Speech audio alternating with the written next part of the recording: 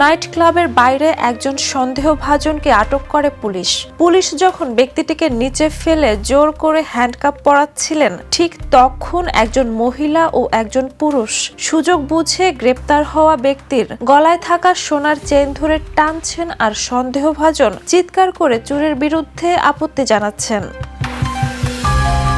সামাজিক মাধ্যমে সম্প্রতি ভাইরাল হয়েছে এমনই এক ঘটনার ভিডিও। অনেক নেটিজেন ক্ষোভ প্রকাশ করেছেন, প্রশ্ন করেছেন কেন পুলিশ চুরির চেষ্টা থামানোর পরিবর্তে প্রথমে গ্রেপ্তারকেই প্রাধান্য দিচ্ছেন। এটি পুলিশের সিদ্ধান্ত নেওয়ার সময় তৈরি হওয়া চ্যালেঞ্জকে তুলে ধরে।